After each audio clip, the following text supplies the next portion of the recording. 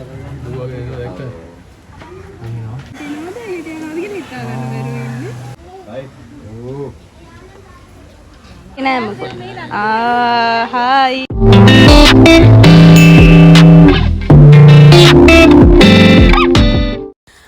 Hi කොහොමද ඔයාලට? අද අපි ඉන්නේ දෙහිවල සත්ව උද්‍යානයේ. පොඩි කාලේ ගියාට පස්සේ අපි ඔය අද තමයි යන්නේ සත්ව උද්‍යානයට. අද කිව්වේ මම මේක වොයිස් කරන දවසේ නෙමෙයි. අපි ඔය ගියේ මයි 13 වෙසක් දවසට පස්සේ දවසේ. කොහෙද යන්නේ කියලා හිත ඉද්දි අපිට මතක් වුණා දෙහිවල සත්තු වත්තේ සත්තු බලන්න කියලා. මොකද පොඩි කාලේනේ ගියේ. දැන් මතකත් නැහැ ඔය තැන්. ඉතින් අහපුව අපි ගියා සත්තු වත්ත බලන්න. අපි දැන් ඔය ඉන්නේ කුරුල්ලෝ ඉන්න පැත්තේ. එක ජාතියේ කුරුල්ලෝ ඉන්නව ලස්සනට. ඔයාලා ලොකු වුණත් පොඩි වුණත් ඔයාලට මේ සත්තු වත්තේ ගිහිල්ලා සත්තු බලලා විනෝද වෙන්න ඔයාලටත් පුළුවන්. මොකද කුරුල්ලෝ විතරක් නෙමෙයි කොටි, සිංහයෝ, වලස්සු, මූ, ගෝන්නු වගේ ගොඩක් සත්තු ඉන්නවා මෙතන. ඔය ඉන්න කුරුල්ලා අපේ ළඟින්ම යන්නේ. යාලා කිසිම බයක් නැහැ මිනිස්සයන්ට. මං හිතන්නේ යාලා පුරුදු වෙලා ඉන්නේ දැන්. අපි දැන් යන්නේ ලස්සන කුරුල්ලු කට්ටියක් බලන්න. ඔයාලට පොඩි මතකයක් තියෙනවද මෙන්න මේ කුරුල්ලු ජාතිය? චූටි කාලේ අපි බැලුවේ රියෝ කියලා ෆිල්ම් එකක්. ඒ ෆිල්ම් එකේ මේගොල්ලන්ව හුඟක් තැන්වලදී දකින්න තියෙනවා. ඉතින් එයාලව බලන්න තමයි මං හුඟක්ම ආස වුණේ. මං එයාලත් එක්ක ෆොටෝත් ගත්තා. එක්කෙනෙක් මට අත දුන්නා. එයාලා කැමති නැහැ කාටවත් අත දෙන්න. එයාලට කෑම දෙන්න තියෙනවා. කෑම කියන්නේ සන්ෆ්ලවර්ස් තියෙනවනේ. ඒ වගේ අර මේ මැද තියෙන්නේ.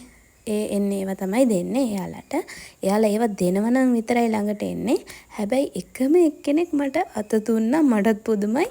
අනිත් අය අත දුන්නට අත දුන්නේ නැහැ.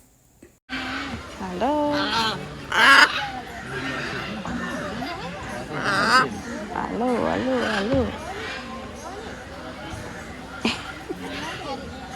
මේ අත දෙනවා. දෙක්කිනේ අත දුන්නා මට. අත දෙ. මේක නෑ මොකද? හායි. අත දුන්නා.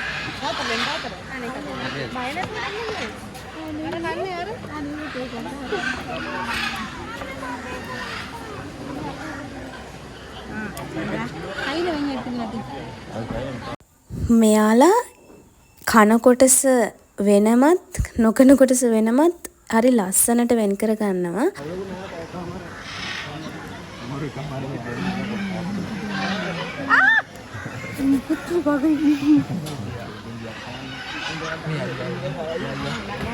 අපි ඉතින් එයාලවත් බලලා එතනින් පල්ලෙහාට බහිද්දි හංසයෝ දෙන්නෙක් ඔතන ඉන්නවා. මෙන්න ඉන්නවා මම ආසාවෙන් බලන් හිටපු වලහා. ඇත්තරම මෙයා මං හිතන්නේ වයසයි. එයාගේ වැඩේ එහාට යනවා මෙහාට යනවා. එයාට ඇත්තටම කරන්න වෙන වැඩකුත් නැතුව ඇති. ඉතින් පව් කොටු කරලා ඉද්දී කොහොමත් කාට වුණත් මේ එපා වෙනවනේ. අපි වුණත් කැමති නෑනේ ගේ ඇතුළටම වෙලා ඉන්න. ඉතින් ඇත්තටම එක අතකින් බැලුවම මේ සත්තු හුඟක් පව්. හැබැයි ඉතින් මෙයාලා දැන් ඒකට හුරු වෙලා ඇත්තේ. ඒ කපුට ඇවිල්ලා පිටිපස්සට කෙටුව දැක්කම. මේ වතුරේ එකේ.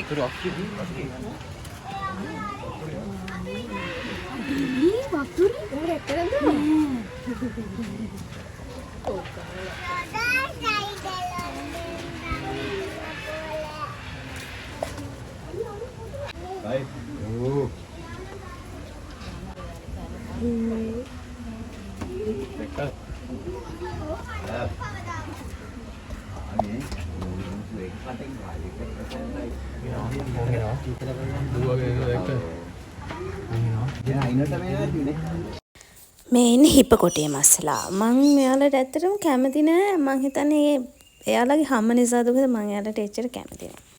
මෙතන ඉන්නවා ලස්සන මුව පැටව් ඒ වගේම ගෝනුත් ඉන්නවා. ඒගොල්ලෝ දෙගොල්ලම එකට දාලා තියෙන්නේ. චූටි පැටව් හුඟක් ඉන්නවා. මෙයාලව උඩ අපි උඩට ගිහිල්ලා තමයි මෙයාලව පල්ලෙහා ඉඳන් බලන්න තියෙන්නේ. සමහරක් තැන් ඉතින් අපිරිසිදුයි. ඉතින් සත්තු ඉන්නකොට අපිරිසිදු වෙනවනේ කොහොමත්. චූටි පැටවෝ ඉන්නවා නිකන් භාවනා කරනවා වගේ. මෙන්න මේ දෙන්න ෆයිට් එකක් යනවා. මම වීඩියෝ කරන්න ගත්ත විතරයි. ඒ දෙන්න හැබැයි ෆයිට් එක නැවැත්තු. තව සත්තු හුඟක් ඉන්නවා. අපි ඉතින් වීඩියෝ එක ඉස්සරහට බලමු. ඉල්ලු හෙට දෙක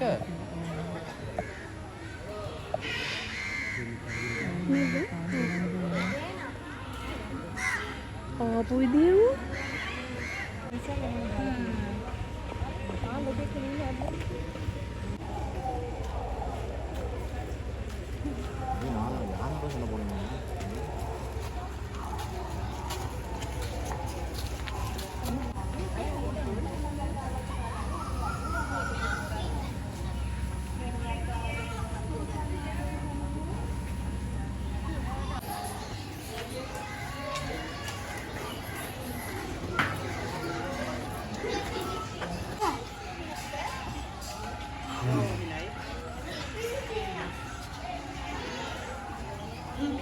ආසයි.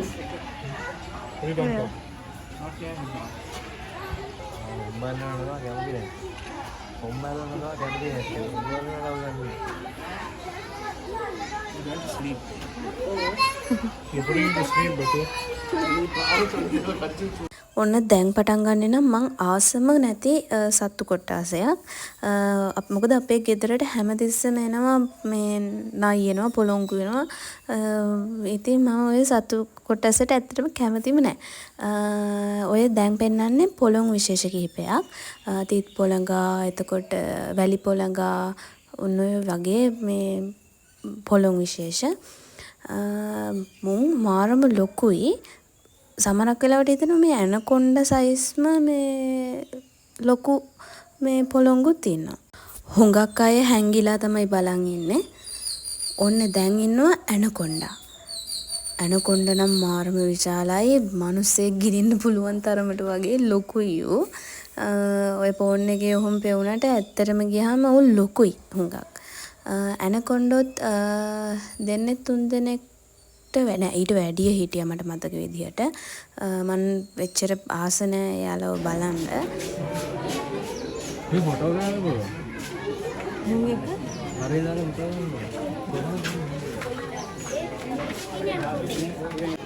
නෑ ඊගස් ඉනේදී අල්ලපුවා.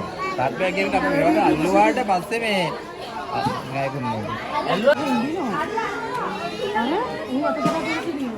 හරි පිටිසුට හරි එම බලන්න. ඔය පිඹුරද?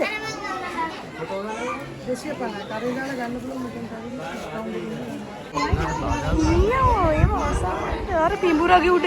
නෙමෙයි මේ පිඹුරලු මේ කිඹුලගේ උඩ.